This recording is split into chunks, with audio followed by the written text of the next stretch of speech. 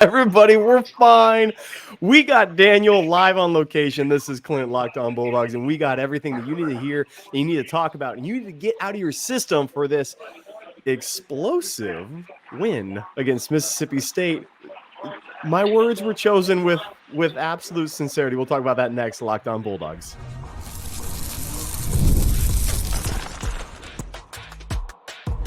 You are Locked On Bulldogs, your daily podcast on the Georgia Bulldogs. Part of the Locked On Podcast Network, your team every day. Welcome back, everybody. Like I said, Daniel's on location in Athens. He is literally on the streets right now with some of y'all. We're out here. Thanks for making us your first listen every single day. Thank you for making us your first listen after show reaction, after game reaction, overreaction show that we do every single Saturday.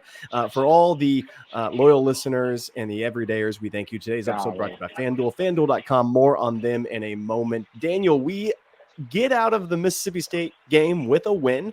Let's leave. Let's leave the game. Let's get out of it. That's a great place for us to go. As we do everything, let's do a vibe check. Daniel, where is your vibe right now? Give me the vibe check. Well, vibes were high, Clint. Vibes were really high. It was, we were having a great time. Everybody was locked in. Georgia's offense played incredible in the first half. Georgia's defense came out of this game with their hair on fire. Daniel Harris gave up a long pass, but we were okay with that. Things were happening. Vibes were high. Georgia came out of halftime. Georgia marched straight down the field, methodically. Carson Beck dissecting a defense, and Georgia punches it in for 6 more. And you would have thought, we were just going to coast our way home in this thing. But okay. Vibes are mixed. I'm going to say that right now. There's some really positive things that I think we can take away from this game. And then there's some really hard truths that we're just going to have to come out and own as Georgia fans. And so I don't know where you want to start, but I'm willing to talk about either of them. Here's where I want to start. Let's start with, I don't know. I'm just going to list things to you, and you tell me how glad your heart is when you hear these things, Daniel. Sure. All right. 48 pass attempts in a game by Carson Beck and Mike Bobo. 459 yards, 4.6 yards per catch, 3 touchdowns, and an offense that ran all over the place. Daniel, how does that make you feel? Mixed. I'm going to say again, it makes me feel very mixed, Clint. Okay. Carson Beck was very good in this game, except for the one throw in which he was very, very bad in this game. And I know, honestly, without that one throw, which is a 14-point swing, if you extrapolate it all the way out, because it's a touchdown for Georgia versus an eventual touchdown for Mississippi State. Without that one throw, I think we have a different feeling about this game entirely. Would have been 41-17 at that point. Instead, it ends up being 34-24, and that ends up being the margin that eventually closes out the game. Carson Beck was really good in this game.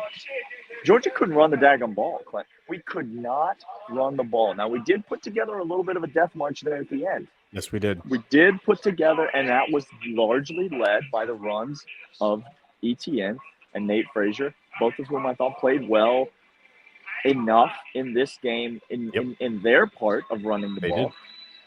But the offensive line couldn't move anybody. The offensive line got some egregious holding penalties at times when we tried to run the ball. Georgia could not move the ball on the ground, and this is a trend for the Georgia football team. I said there's some hard truths I think we're going to have to own. I think that's one of them.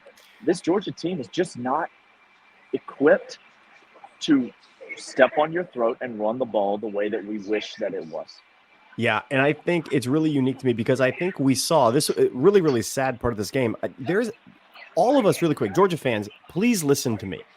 I've been on Twitter trying to beg you all to realize that football is played in the real world, not on EA Sports and not on paper.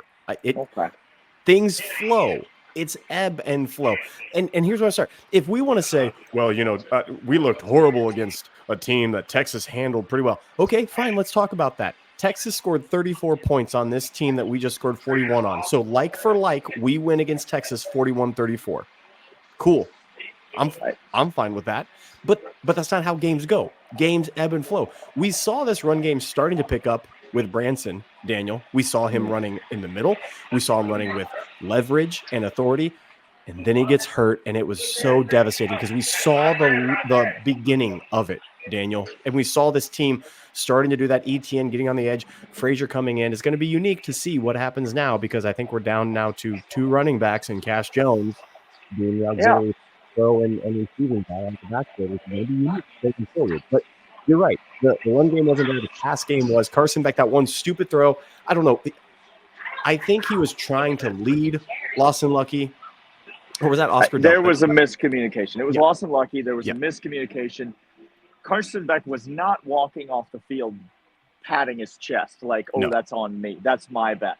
No. He was walking off the field staring down Lawson Lucky. And so there was some kind of a miscommunication on that. But it's just an absolutely inexcusable, egregious throw 100%. by Carson Beck. And so but overall, the Georgia passing game, Clint, is really freaking good. Mike Bobo, Carson Beck, and Dylan Bell. By the way, we didn't mean anything we said. We take it all back. Sometimes we just get so scared, is all. We're sorry. Please come back. Sometimes we just don't know we just get so scared. Hey, he never left. What about Anthony Evans? Oh my God. When Anthony Evans was in the game, let me ask you this. Did they throw to him and he made a great play? Yes, exclusively. Every single time number 5 went out onto the field, Georgia put it in his hands, and he made a play. He made some unbelievable plays in this game, and I think the coaching staff is starting to see you cannot have number 5 on the sideline any longer. We've been calling for this for weeks now, Clint, and we finally saw it in this game. Anthony Evans, 5 is a playmaker. This is a guy that's got he has a thing no one else has on this offense. He's a difference maker. Dylan Bell has a thing no one else has on this offense. It's called, I'm going to push you off of me and go up and get it in the end zone. Like, that's Dylan Bell's, like, he's got a little of that A.D. Mitchell in him. Yes. Dylan Bell does. Nobody else has that on the offense. Obviously, Arian Smith's got speed. Like, we've got guys that have got things about them. And tonight, it was all clicking. And, I mean, short of a few penalties, like, we punted one time tonight, Clint. Like, this offense was a tip ball on the first series, not anyone's fault. Off just a the weird helmet. thing. Come on. And a really bad interception. And other than that, Georgia was explosive. Yep. And they scored on their. What do we talk about? Points per drive. And we talked about yards per play. Georgia was explosive in tonight's game offensively, and they scored when they had the ball, 41 points. And so this Georgia offense was very good, and still concerning because we can't run the daggone ball. Well, we're gonna get to that. I'm gonna come up with a couple stats that were important for us in moving forward. And you can't always win on every single phase because the game is played not in a vacuum, but in real life. We're gonna come back after these, talk about it more. But first, these. And these are, in fact, Z-Biotics. Z-Biotics pre-alcohol probiotic drink is the world's first genetically engineered probiotic. It was invented by PhD scientists to tackle rough mornings after drinking. Here's how it works. You drink, alcohol gets converted into a toxic byproduct in the gut. It's this byproduct, not dehydration, that's to blame for your rough next day. Pre-alcohol produces an enzyme to break this byproduct down. Just remember to make Z-Biotics your first drink of the night. Drink responsibly, and you'll feel better tomorrow. Look, we won't lie. Sometimes y'all understand when you go to games, when you have a little bit of an exciting evening, you hydrate in the wrong ways, and you go ahead and wake up the next morning. We've all been there. We've all had this unfortunate side effect with a headache and everything else. But go ahead, get zbiotics.com, Locked On College, to learn more and get 15% off your first order when you use code LOCKEDONCollege at checkout. Z-Biotics is backed with a 100% money back guarantee. So if you're unsatisfied for any reason, we'll refund the money to you, no questions asked. Remember to head to zbiotics.com/LockedOnCollege. Use the code LOCKEDONCollege at checkout for 15% off. But that's not all. We also want to let you know about FanDuel. FanDuel's fantastic. And right now you get over there and you put a $5 bet on anything, you get $200 in bonus bets straight to your account. We love FanDuel, the official Locked On Bulldogs and Locked On Podcast Sportsbook. Daniel and I made some bank and made some coin. If you didn't realize Utah was going to lose and you need to sprinkle money line on that, you go ahead and do that. BYU took care of business. A whole bunch of bets came through and cash, and we made all of these over at FanDuel.com, America's best, most used sportsbook and the official sportsbook of Locked On Bulldogs, Locked On Podcasts everywhere. Like I said, get over there right now. And the line for next week's Texas game is right now 3.5, 2.5 in some spots, 3.5 ticking up in different places. It's going to keep on moving. We'll let you know our locks coming up next Thursday. FanDuel.com, make every moment more. Daniel, a couple stats that were key. We were 5-11 on third down. That's really important because before we were not so good. We were around 33%. Now we're closer to 50%, which is what we were last year. Huge improvement. Some of those were long distances. Some of those were third and longs that we were able to convert. 3rd and 5, 3rd and 6, 3rd and 8. Like you said, penalties set us back quite a bit, and those penalties came back and bit us, but we made up for it. The second thing, red zone scoring. We said, yes, Mike Bobo, you're efficient. We need scoring. We need points. Those are the things that happened. Third downs completed, and we got in the red zone. We scored. We had offensive juggernaut on our hands this game, which, by the way, again, you'll be like, well, hold on, is Mississippi State?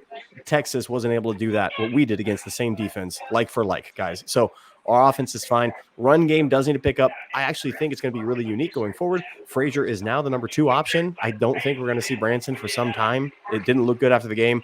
He was on the sideline, knee brace with his family in tow. I think he's out a long time, y'all. We have no information on that. No information. We're just based on what we see. Correct.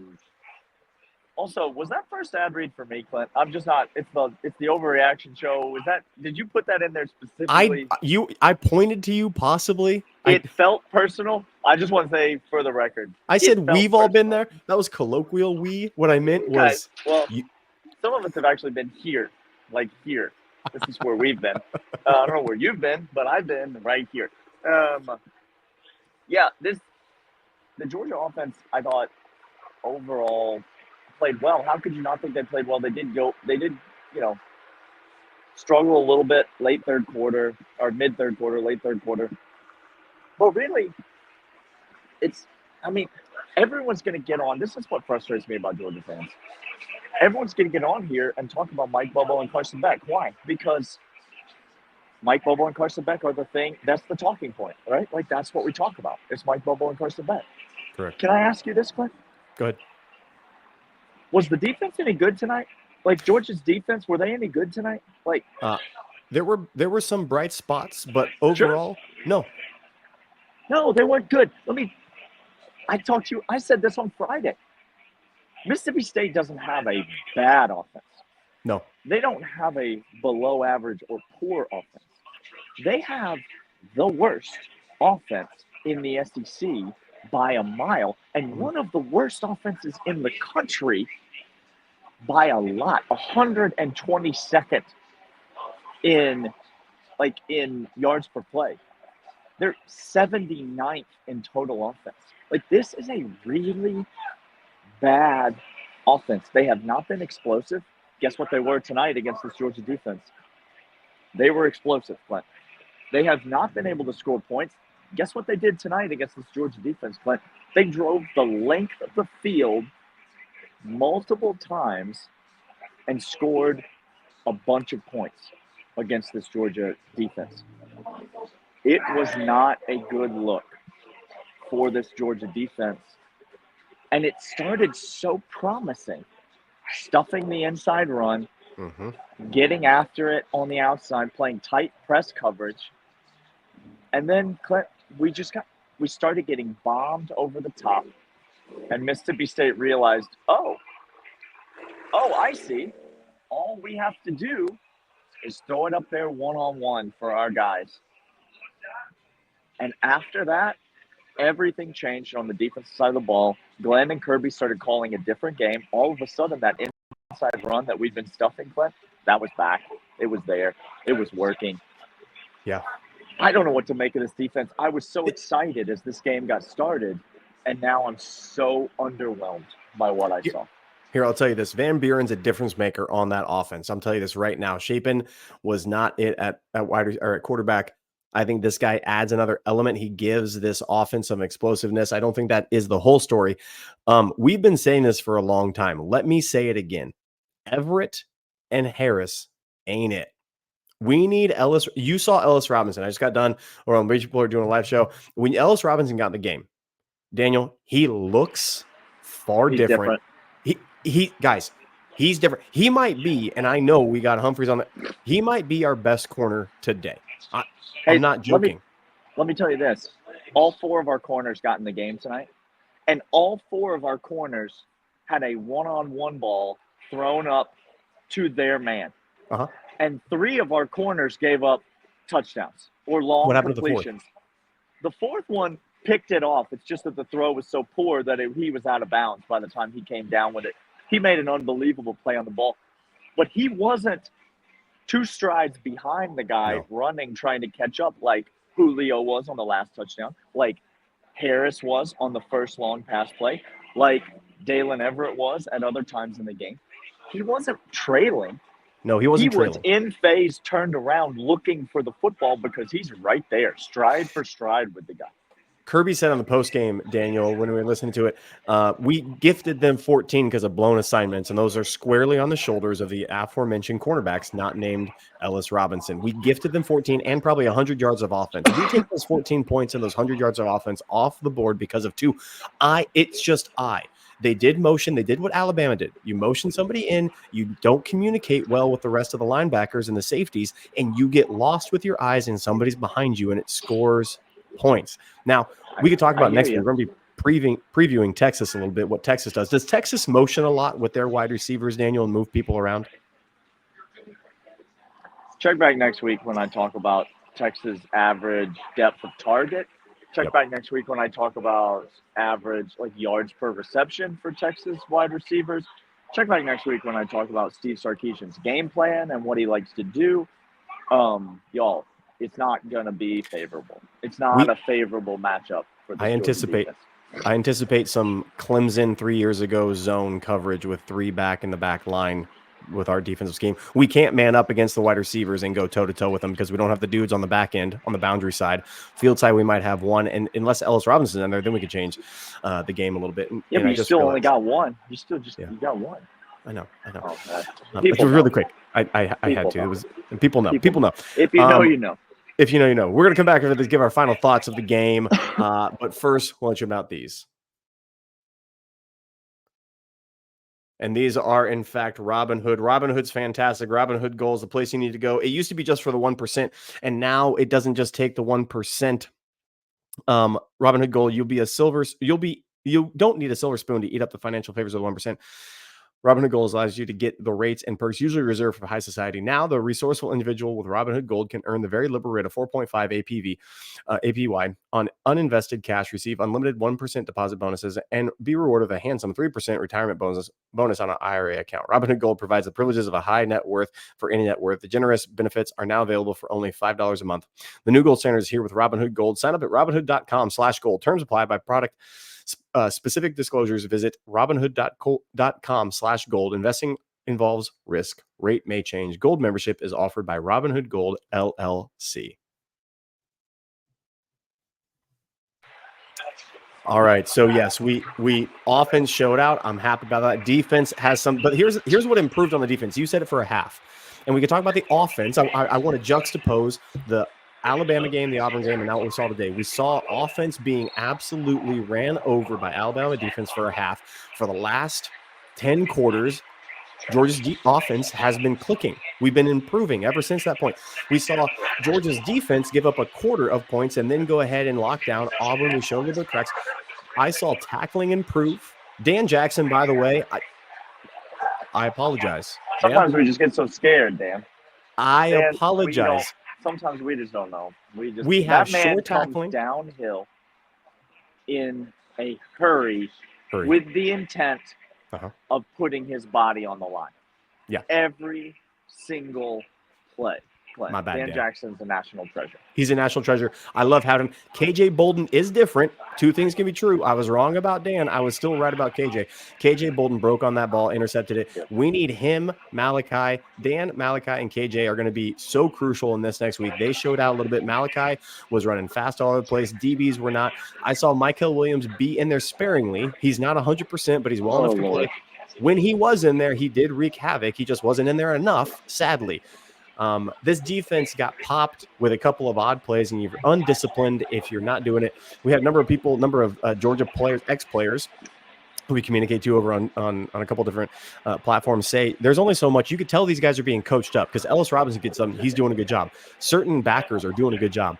There just comes a certain point at which you want it or you don't. Like, you can only coach so much, and the players got to go perform. If they're not going to perform, now it's the coaching staff's opportunity to get them the heck out. You saw McLeod go up more. We saw his play increase. We saw Christian Miller on the sidelines getting coached up by Kirby hard after a couple of plays. We saw guys like that. Nazir did not play nearly as much as he had before. So there's clearly something going on. This defense has some flaws. They're not fatal to me, again, because we've seen improvement on different phases. We saw regression on certain things. We saw improvement in others. Now we just need to put the whole dang thing together, Daniel, coming forward. We walked out with a win. I'm thrilled with this offense. I'm thrilled with Carson Beck. I'm thrilled with the pass protection. Run, boy, y'all need to just get after it and want to more on the rushing side. What are the final thoughts you got for us, Daniel, on tonight? Yeah, it's really – I think it's really just like for me, and this is not me trying to even talk you into a position, the listener. By the way, shout out to Matt before I forget you. Matt, every dayer out here. Matt, part of the 199. Yeah. You know who you are. I'm not even trying to talk you into this position. Clint, I'm not even trying to talk you into this position. I'm just trying to tell you that for me, it is important that I accept who this Georgia football team is. It is. And they are not a dominant football team. Like, we are a good football team. Yeah. We are among the best football teams in college football. Yes. We have a chance to win the national championship this year. Yes. But we need some things to break in our favor. We are not a dominant football team. We do not just put our foot on people's throats and suffocate them. Like, no. We have some big flaws. Like, there are some significant warts on this Georgia team. And among them are, like, the secondary, the corners, the deep pass pass defense. Among them are the outside run. Like, at some point, you can't just keep saying, well, it's just this one thing. If we get this one thing cleaned up. No, it's not just this one thing. There's a lot of things that just aren't that great about this Georgia football team. And we need to clean a lot of them up if we're going to win a game in Texas next week. I think we can win that football game in Texas. Yes. I also think we can lose that football game in Texas. Like, we're just not a dominant and lucky for us, there might be one, maybe two teams in college football right now that I'm willing to say are better than us.